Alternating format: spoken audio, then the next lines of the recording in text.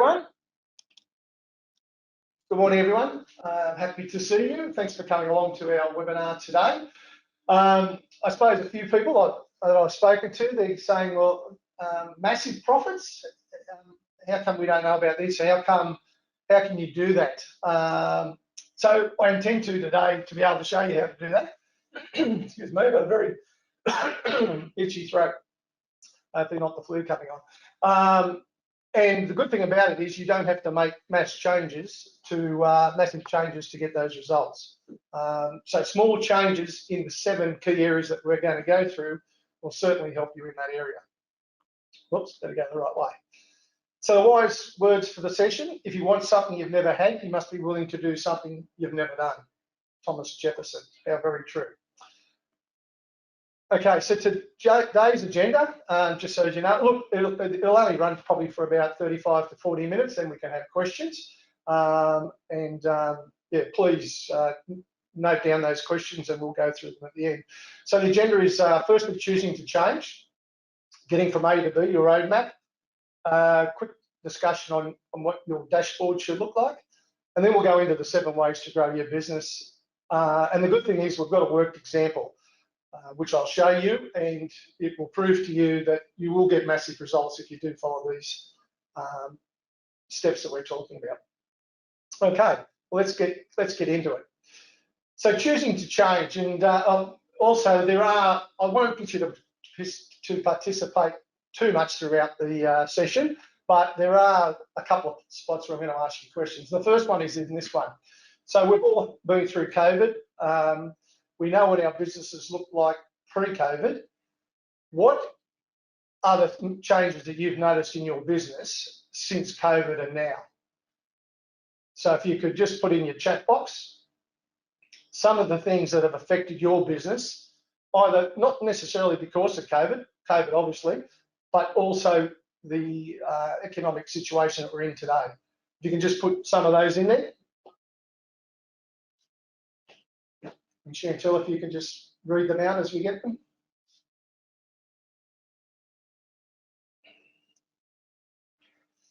Don't be shy, put them in. Everyone's businesses have been affected differently. Matt has said we grade our need for online presence. Yep, definitely. Especially via COVID, because people can get in and you never know when that's going to happen again. So they're buying online. People have got used to doing that. Yeah. Michael said inconsistent and patchy sales. Yep. What are some of the things today that are affecting businesses? Anyone give me a couple of those? Justin has a cleaning business. He says more people working from home means more time for them to do their own cleaning. Oh, okay. Yes. True. That's interesting because it's worked the opposite way for renovations and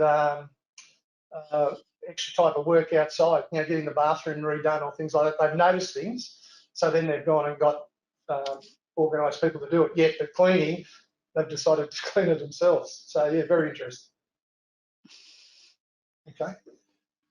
I'm sure a few of you are shy, but I mean, a few of the things that I've noticed is we've got less qualified staff or trades to call upon. That's been affected, I suppose, a lot because of the people that came in from overseas, and not just backpackers. We had a lot of licensed and trade people who came to Australia and were working here, but then when COVID came, you know, they returned home.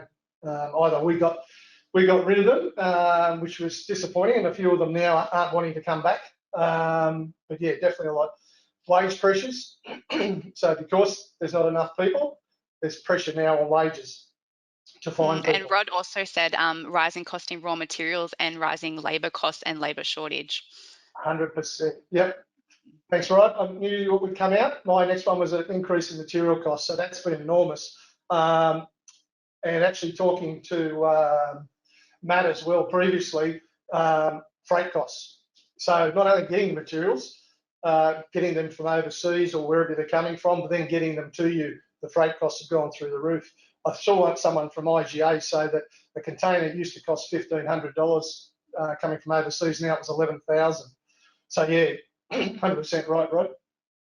And obviously now, on top of all that, we've now got inflation. So inflation's running at 5.1, it's probably running at 7 or 8. Over in England, it's at 10% plus. So all those things have come through. The reason why I want to go through that is because the first two are awareness and acceptance. So we're definitely aware that there's change, and now we've accepted it. And I think the acceptance is that we're not going to go back to pre-COVID, or if we are, it's going to be a long way away. So as bad as it is, often out of hardship comes opportunity, and I think that's the way we've got to, get our mindset to work. That there's opportunity out of all this, as long as we're aware of it, we accept it, and then we've got to come up with another plan. So then we've got to action it. So it's no good just thinking about something or even writing it down on a list or down on your business plan or strategic plan. The next step is to action it, and that's what's got to happen. So many times we do these things, or we might go to a webinar or seminar, think that's a great idea. We go away, but we never action it. We're all guilty of that. So you then need to get action to work and to keep motivated. You need accountability. So whether it be a business partner, if you've got a business partner, and there's a couple of you in the business, then you could divide up the actions and hold each other accountable. But quite often, and this is a role that we often play, is we become that independent person to hold everyone accountable. Accountability is really where you get progress. Without it, it's very easy to put it aside, get busy. A lot of us are still working on the tools, so to speak. So we're still very much involved in the business, and it's not until we have someone holding us accountable that we can't use that excuse not to take action. Okay. And I think the other thing, and a big thing with change, is okay, we recognise the change, but do our staff recognise the change, and even our customers recognise the change? So you've got to bring them on that journey and get them to acknowledge it. And not everyone is going to want to come on that trip. Some of them, change is a dirty word to a lot of people. They just don't like it. It takes them out of their comfort zone. But for us, and to get our businesses moving, we've got to tell them about the change, get them to recognise the change, and assist them on the journey as well. Okay. So getting from A to B, our roadmap. So if you did a strategic plan or a business plan pre-COVID, I think very much today, if you haven't already and sat down and completed one, it's going to look very different to the one pre-COVID. So I mean, you should be doing we call it a strategic plan. You can call it a business plan, but we do one, and any clients that we work with, at least once a year. And we sit down, we look at all our, we do a SWOT analysis, and then we work out what's worked, what hasn't worked. Excuse me. And then we set our goals for the next 12 months. We might even have a goal for the next 3 years. And then we break it back into 90 days and 60 days, etc. And try and set our goals to achieve those and get some direction into the business. So if you're still working off a strategic plan or a business plan from 2 years ago or 3 years ago, I think you need to really go back and revisit it. As I said, you should be visiting it annually, but now that we've had COVID, you definitely should be going back, because it will get confusing trying to get from A to B. So you really do need a plan. There's going to be a lot of things crop up over this period of time, and we've just spoken about them. We're saying COVID, but outside of COVID, all these things are cropping up. Material costs, especially. This is why the building industry is in so much trouble. They had all the fixed contracts, and now unfortunately they're caught up with all the material costs. I saw the other day steel's gone up 47%. I think the timber's gone up 24%, and a lot of other things have gone up 10%. So they've got massive problems. How are they going to overcome those fixed contracts? There's got to be a lot of discussion around that, and we've already seen in Queensland a number of builders fall over. But it affects every business. And you've got wage pressures in your business because their cost of living's gone up, so they need more money. but we're stuck at the one end to the other end. But you need to be talking to your customers and explaining it to them why the costs. A lot of customers do realise that all these things are happening, that they can see around them, so they understand. But it's good to have that conversation, and they're hearing about inflation and everything else. Okay, so just a dashboard. So along with that strategic plan, you always come up with key performance indicators. So just looking at a couple here. If you're a manufacturer, the gross profit percentage is always going to be important. Cost of rework, that's something that I don't know that everyone measures. If you're getting a good gross profit margin, it probably you don't notice it as much. But cost of rework, having to redo a job, it's very costly in a manufacturing business, and if it's not controlled properly, it can certainly get out of hand. Work in progress days, how long is it taking to get that job finished? Do we have someone monitoring that? If you're the person that's monitoring that, then you're also doing a lot of other things as well. If you've got the right structure, or if you're big enough, and that's a different story, then yes, you've probably got a foreman or someone who's controlling that for you. And then debtor days. Now that's something that's going to be very, very important. What's your terms of engagement with clients? How strict, or how do you get that money off those clients? Because once the job's done, you've really, their issue's been resolved. Now the issue is to get paid. So you really do need to have strong engagement letters or terms of contract that they've signed off on. Everyone knows the story. Okay, we do this, this, and this, and then we issue the invoice and we get paid. I mean, we're fortunate enough that we've been able to turn that into a direct debit situation, so it's made it a hell of a lot easier for us. Retailers, sales, obviously, gross profit percentage. Now that's another thing. It's not even necessarily in a retail business, but you've really got to, and there's no excuse these days because of cloud accounting, but you really need to keep an eye on that gross profit margin. I was looking at an electrical business not that long ago, and I noticed within 3 months, for that quarter, their gross profit percentage dropped 12%. Now, I put it down to material costs, but excuse me, they said, well, we've sort of done a deal, or we've spoken to the suppliers, and no, that's not the case. As it turned out, in that particular instance, there was a competitor who had come in and cut their prices elsewhere, and then one of their major clients had then said, well, you're going to have to meet that, otherwise we're going to get them to do all the work. So they had been aware of it, but they weren't aware how much it affected their business. Because as it turned out, that particular client gave them about 60% of their business. So you always need to keep an eye on it. And when you're turning over 5 or 6 million, 10% is a lot of money. The average client spend, so it's good to measure, and we're going to talk about this later on, but the average client spend, knowing that figure, how much are they spending, how can we improve it? And transaction frequency, how often are they coming in? Once again, that's another one of the areas that we're going to be talking about. So these are some of the ones that you'd measure on your dashboard. Okay, so just with the marketing flywheel, just to understand how a client comes on board. So, and if you're doing marketing, then it doesn't matter how you're doing it. When you first tap into that client, they're basically a stranger. When they react to some of the marketing, they then become a prospect that you may be able to sell to, or sell to. Once they buy off you, they then become a customer. And then what we want them to be is a promoter.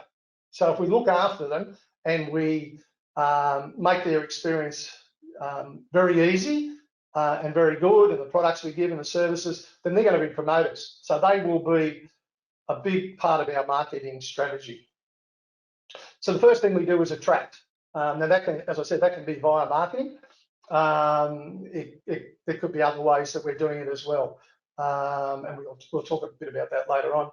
With the attractive, sorry, I'll just go back a step. So provide value before you extract value.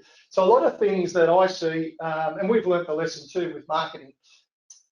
Marketing is quite often just a branding exercise. So you can market and everyone, oh yeah, they're good, blah, blah, blah. But what we've found is you give something away with that marketing, then it will give you a lot better results. And you're also collecting information. For instance, in a lot of our marketing, we will give away, we'll say download this template or download this information. So straight away we're getting a bit more information. We're getting the email addresses of those clients. We're starting to engage with them, and the information we're giving them is of use to them. So they've got value out of being in contact with us. Engage, make it easy to shop and buy.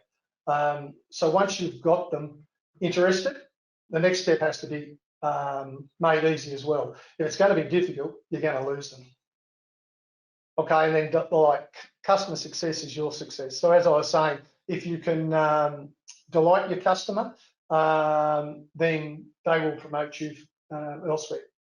So providing that service, that's not just if you're selling it's not just, I'm going to say if you're selling a product, I suppose to a large extent they get that product, the product's good, then that's good. In service, I think it goes in service industries, for instance, I think it goes a lot further, because you really want, their onboarding experience and their whole experience from that point on to be, you want them to become raving fans of your business and to spread that word for you.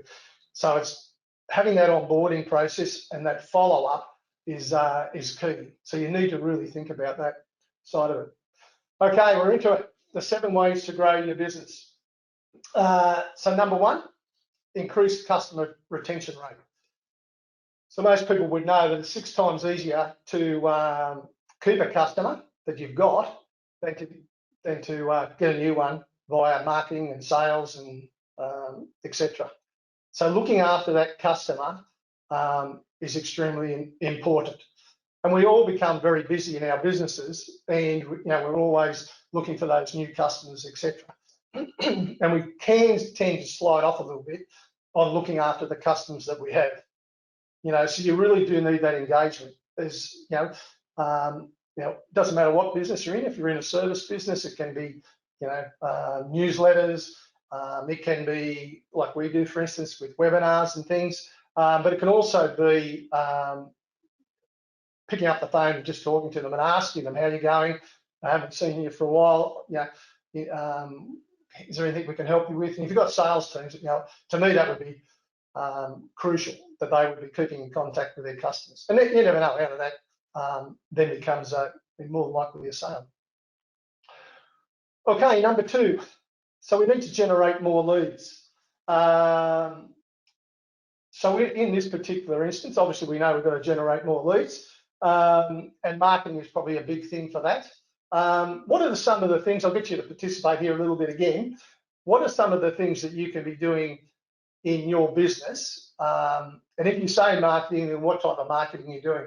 Because we want to be able to help everyone that's on the webinar here as well. But just a few things. How are you generating more leads inside your business? If you can just put that into the chat box, and we'll share the information around.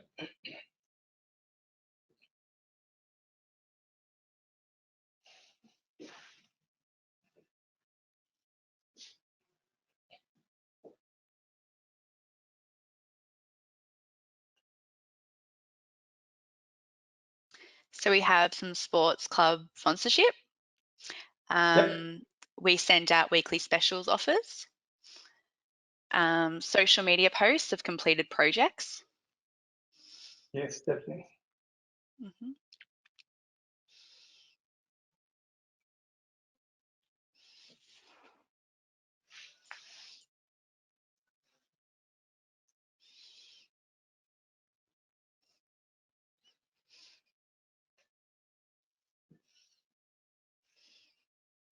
Okay, well, maybe that's an area that we do need to spend a bit more time on, because marketing is, as I said, it is an obvious one to go to, but depending on the type of business, unless you've got a particular special or something, then it can just become a bit of a breeding exercise.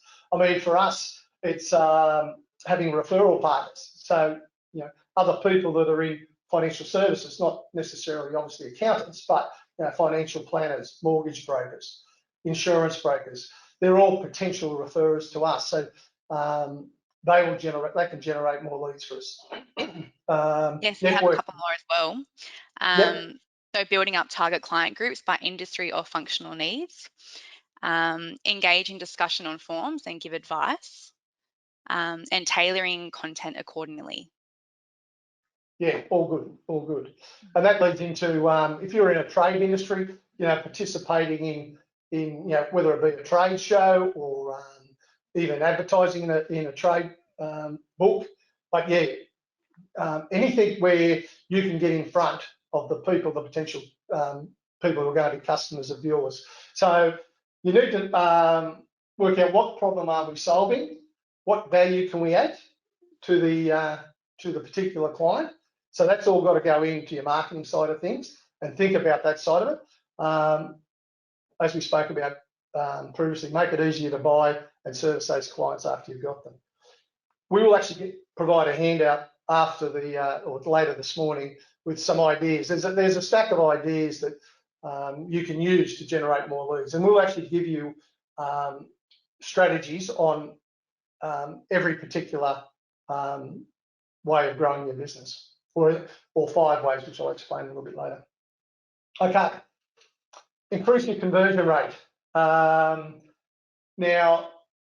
a lot of people, when you first ask them, you say to them, well, what's your conversion rate? And they say, oh, it's 80%, or if I talk to them, I'll get them, and that sort of stuff. So it's always a very high rate. In actual fact, the conversion rate, a good conversion rate, is even around 35–40%. And the reason being is that a number of people will contact you, and if you're in a trade, this would happen a lot, especially if you're in home renovations or something like that, where they are just thinking about doing something. So they're not even in a situation where they're going to proceed at the moment. They're just thinking about it. So you'll provide them with a quote, and then you won't hear from them again or whatever. So that comes into it. You'll be priced out of it on occasions. So pricing will knock you out. So there's a number of things that will affect your conversion rate. And I'm going to give you a few other things that you need to be doing to try and improve that conversion rate. Because I think when you measure it properly, you'll find that it's a lot lower than you think it is. I had a building company who does home renovations. Their conversion rate is 12%. That if they get it up to 20, they're going very well. Because how many people, and you think about it, how many people are always thinking, oh, I wonder how much if I did a first floor extension. Well, what about if we renovated the bathroom, et cetera, et cetera. And a lot of them don't realise the cost either. So you're going to lose people, just not even against the competitor, just the fact they didn't realise how much it was going to cost. Okay, so some of the things we can do to increase the conversion rate. One of the things I always make sure, and I think this does work well, but you've always got to think about it. You need to ensure that you're sitting in front and dealing with the people who are going to make the decisions. So in that renovation instance, it's no point talking to the wife without the husband, or the husband without the wife, because the two of them are going to make a decision. If you're only talking to one of them, you're going to be wasting time. And similarly in, and I know Rod, you're here, and you quote on big jobs and things like that. Your conversion rate will be affected by, because you're dealing with big organisations, by who you're going in front of. If they've then got to pass it, what you're telling them, and you're the best one to explain it. If they then have to pass it to 4 different departments, or it's got to go up 2 or 3 more rows, one, it's going to take you a lot of time to get that across the line. But secondly, they're not going to get it across the way you've got it across. So you need to understand, well, 2 things in that instance. You need to try and get in front of the people who are going to make that final decision, not the people who are just gathering information. And then you need to be very clear on what they're asking you to quote on. a marketing guy that I know, he used to insist he would not quote. They're a bit large company, but he wouldn't quote. They did television, all that sort of stuff. He wouldn't quote unless he knew he was in front of the people who were going to make the decision. He would rather let that job go. And that, he'd get kickback, and they'd say, no, you've got to talk to us first. He would refuse to do it because he knew it was a waste of time. They spend a lot of time doing a presentation to get in front of these people and then find out, well, that, we're not the ones to make the decision. It's got to get passed up.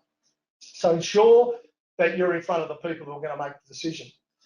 The other one I think with conversion rate is pre-qualifying them. I keep going back to that renovator.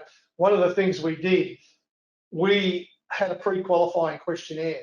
So we developed that over time, just because the amount of time that would go into, even doing a quote would take time. So we would pre-qualify them. Are they in a position? Have you got your finance, et cetera, et cetera, et cetera.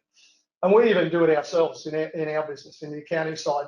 We now have a not so much a pre-qualifying questionnaire, but we have a questionnaire that we send to clients, because we know if they fill it out, then we're in a conversation with them. If they don't take the time to fill it out and provide us with the information, then we were wasting our time. There was no point getting involved in a further conversation with them. And that doesn't have to get sent out by the accountant. I mean, your admin team or your BDM can send that information out. And once the information is collected, then you can get your accountants or your specialists involved in having that conversation with that client. Another way to increase conversion rate is guarantee. Offer a guarantee. You might think, oh, well, can we offer a guarantee? No, I don't know whether we can or not. Blah blah blah. Well, you can do if you want to. If you put your mind to it and you want to back yourself, yes, you can provide a guarantee. It doesn't have to be a guarantee. It doesn't have to be a guarantee that they get the money back, but it's a guarantee. That your product's going to work. You will provide good service for them if anything goes wrong, etc., etc. So offering a guarantee is another thing. And I think the other thing, testimonials, another way to increase your conversion rate. Sometimes we fall off, we forget about the testimonials. The testimonials, one, they're easy to capture, and secondly, put them on your website. And if you've got them and no one else has, it makes a huge difference to your website. Number 4, increase transaction frequency. So this is a case of getting people back in more and more throughout a year. Because once again, too many times we will provide the service, and then once that transaction is finished, we then aren't thinking about, well, how can we further down the track get them back in? So there's a few things, obviously specials. If you're in that type, if you're in a retail business, then offering specials, VIP cards, or another way to do it. Another way, and it works really well in medical, physio, chiros, all those sorts of things, is having reminders. Dentists, that's another classic. They use it all the time, don't they? You'll always get a reminder, oh, it's been 3 months since you've been here. Yes, I know we all ignore it, and because we don't want to go back to the dentist, but at least you're getting it, and if you get it a number of times, and that's probably the problem with dentists, is they send it once and then they don't follow up. But if you're in physio or anything like that, remind the people that it's not, it'd be a good idea to come in and just get a follow up, see how you're going, make sure that that pre-injury that you had, or the injury you had previously, it's not causing any other issues, etc., etc. So all those sorts of things can increase the number of times the client comes back in. So it's another thing to think about, or telling them about other services that you've got. Once again, that's another thing. We concentrate, using us as an example. We can be the accountant, but we've got bookkeeping that we offer financial planning advice, and we also offer audits. Now, unless you tell your clients about it, they don't know. And strangely enough, sometimes you'll find out that they've gone elsewhere to get those other services when you could have provided it. Okay, number 5, increase the transaction value. So I think we all know what this is about. Obviously, I just spoke about offering additional services. And I think the two standouts are probably McDonald's. Upsell you all the time. Do you want fries with that? Do you want a larger one? They've won that war because they've decreased the size of all their meals, so you always have to go up from small to medium or medium to large to get what they were originally selling you. So a Big Mac now is probably a medium, maybe even a small. So you've got to get the large one to get back to where you originally were. But fries, do you want a McFlurry or something with it? You see the ads on TV with Mattel. Buy this and then you'll get your steak knives and about 10 other different things. Once again, all upselling the business. One really good one I had happen to me, which was pre-COVID actually. So I had a plumber. We had an issue with one of the toilets, so we got the plumber in, and obviously fixed the plumbing issue. But then whilst he was there, he said, well, do you want a free check of all your taps?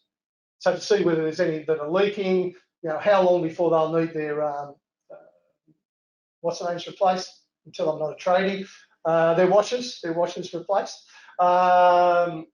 And it took about 15 minutes, and I mean, why wouldn't you? You just say, well, yeah, for sure, go ahead. As it came back, he said, no, there's nothing wrong. There's one I would suggest probably in 6 months' time.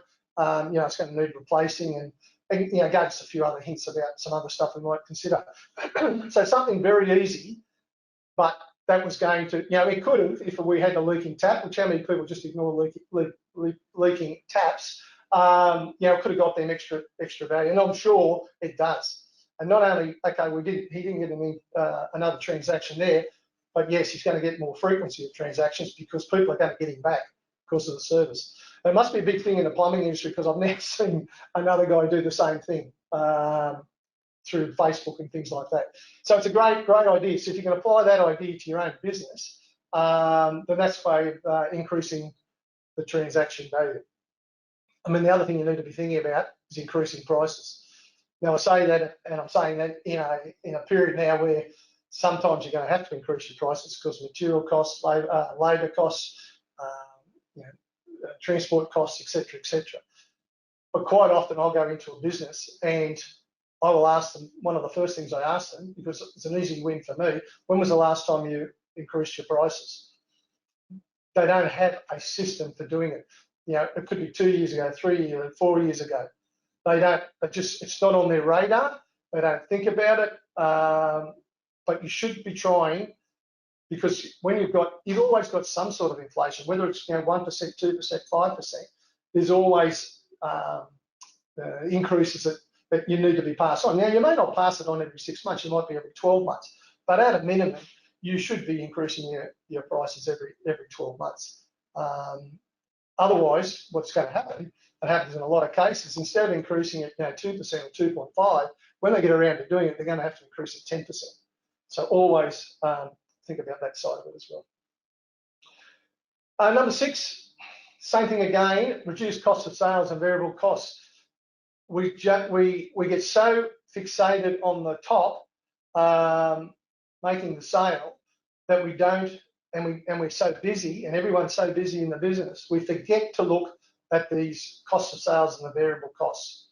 When's the last time that someone in the business decided to go and shop around and compare the pricing of the materials? I use electricians again as a great example here. They will often stay with that supplier. Supplier gives them good service and everything like that.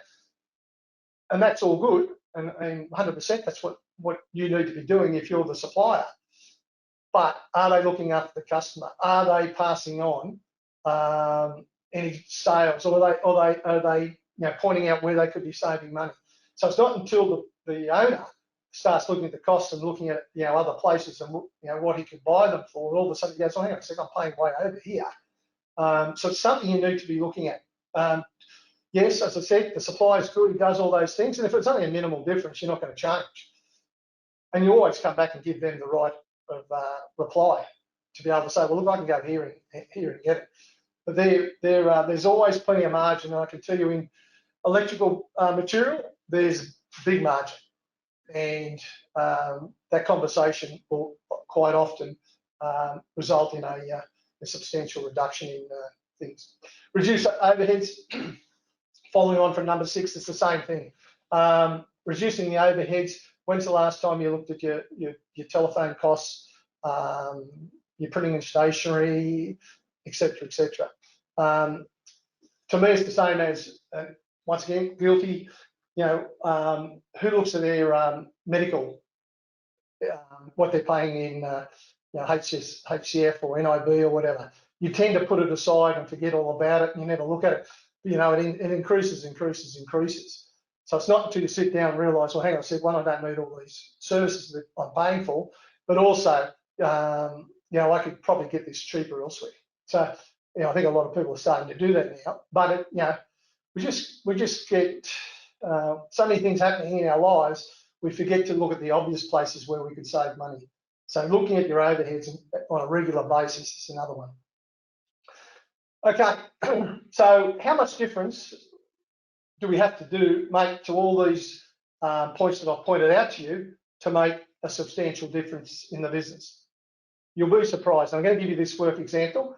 And I stole it from one of my mentors, Brad Sugars, and I think it's a short clip, and I think he gives a great example of explaining how making small percentage differences to all the points we're talking about, and just with 6 and 7, he puts that into your gross profit margin and net margin. So he just lumps that into one thing.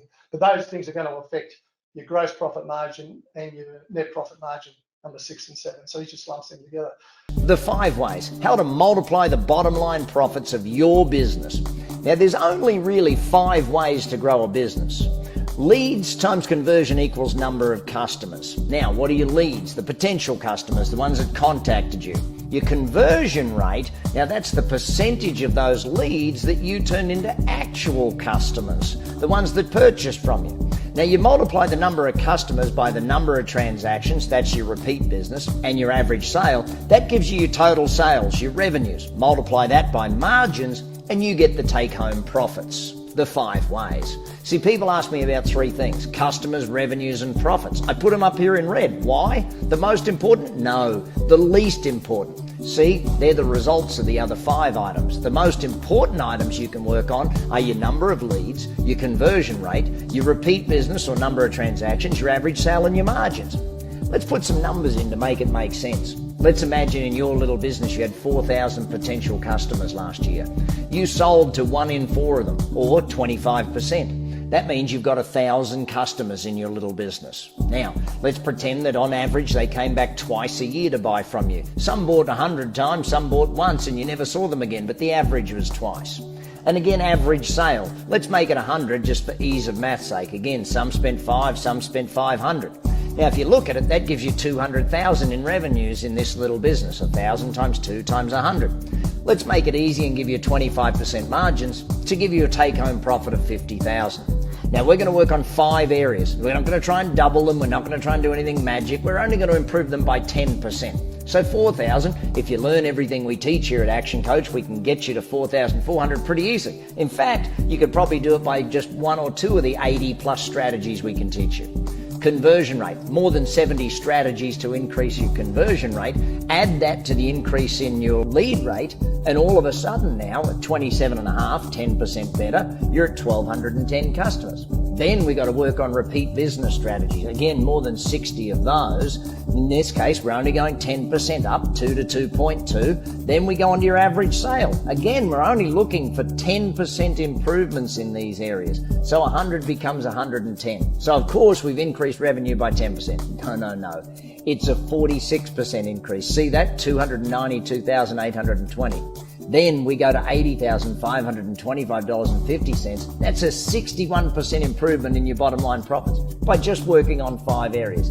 Now imagine we could do it increased by 30% in each of the areas. Look at the numbers. The numbers become staggering. Now you might get 10% in one area, 20% in another, 30 in another, or even larger. Here we go, 185,000. The 5 ways, it's real results for you to grow your business. I hope that made sense to you. So just by doing a 10% increase, now, I mean, you may say, well, we're not going to get 4,000 leads, but I mean, if you drop those number of leads down, you're going to get the same results. So you're going to get a 46% increase in gross profit margin, and you're going to get a 61% increase in net profit. So just by making or being aware of all those different areas, you can then increase your bottom line substantially. And like Brad said in that short clip, some areas you might get 20 or 30% increase, and others you might get a smaller amount. But the aim is always to try and this is a mistake I think we all make, is that we work on the generating the leads, but then we don't test and measure our conversion rates. So if your conversion rate isn't improving, or it's no good, then it's not going to result in an increase in your bottom line. So we need increases in all those. He calls it the 5 ways. The client retention, which we spoke about, and the last 2, which are all affecting the margins. He just bolts into one thing, but I think it's a great example. When I first saw it, I thought, wow, and I really do think that it does work. So just based on that information that we've given you and those key areas, you can get massive results in the bottom line if you apply it. Now, I'll give you those strategies, so that'll be something that we will send out to you after the webinar. Just excuse me for 2 secs. Hoping that will get out of my road. No, can't get rid of that control panel.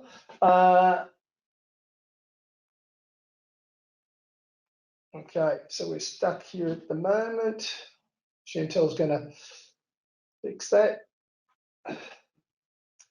Okay, so basically that's the end of the webinar or the presentation. So, I mean, the choices you've really got now is either to do nothing, to retreat, take normal amounts of action, or take massive amounts of action. And insanity is doing the same thing over and over again, expecting different results. So we're at that stage where you need to think about it. And if you are serious, I mean, you came along to this presentation, so you're obviously serious about looking at your business and taking it forward.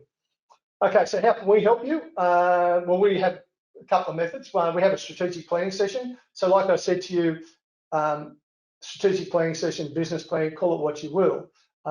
You need one for your business, and you should be doing it annually. And as I said, you don't leave it to sit there. So we have that strategic planning session, which is 1,320 GST inclusive.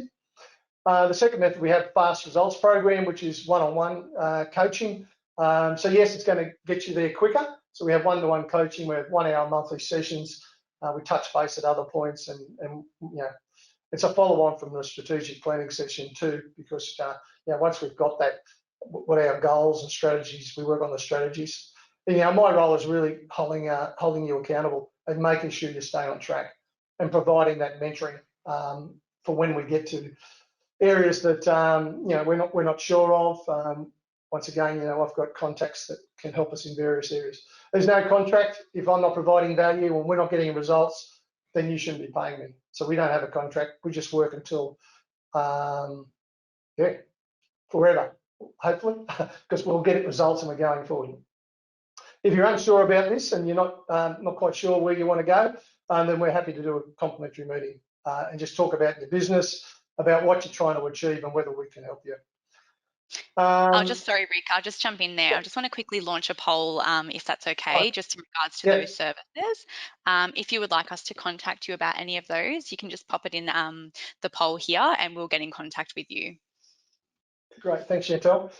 And recently, probably about 4 to 5 weeks ago, we created a Building Better Business Community Hub. And the whole idea of the hub is to, and it's only just been initiated, but I'm trying to get it to a situation where people are going on there and asking questions around their business, and then anyone can. Obviously, we're going to be there to provide assistance and to hopefully provide some answers. But other business owners within that group may have gone through the same scenario or had the same issues, and that they can provide their experiences and knowledge. So it's a way of sharing our knowledge. So you feel free to ask any business questions in the group. You can't ask any tax questions purely because I don't know who's going to answer those questions. So it's really around business. So similar things to what we spoke about today. That you may be, it might be a marketing question, and we've got a number of marketing people on there. They can share their experience or offer you an opinion. So it's hoped that by other business owners sharing their experiences, we can provide solutions to your questions. We're also putting on there everything that, or a lot of things in relation to resources that we have. I think, for instance, this will be on there.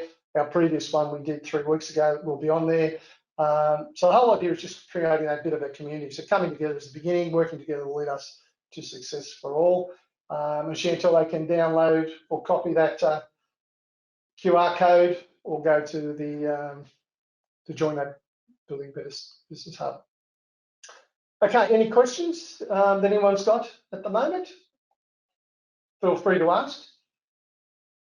And Chantal, if you can read them out if we get any. Sure, none just yet, but I'll give it a few seconds. Yep. Okay. We seem to struggle in integrating our customer database held in Vend and Xero with our CRM, which is HubSpot. Do you guys recommend any CRM packages? No, look, it is probably one of the hardest ones, and they're all different. Like we, for instance, the one that we have is specific to accounting.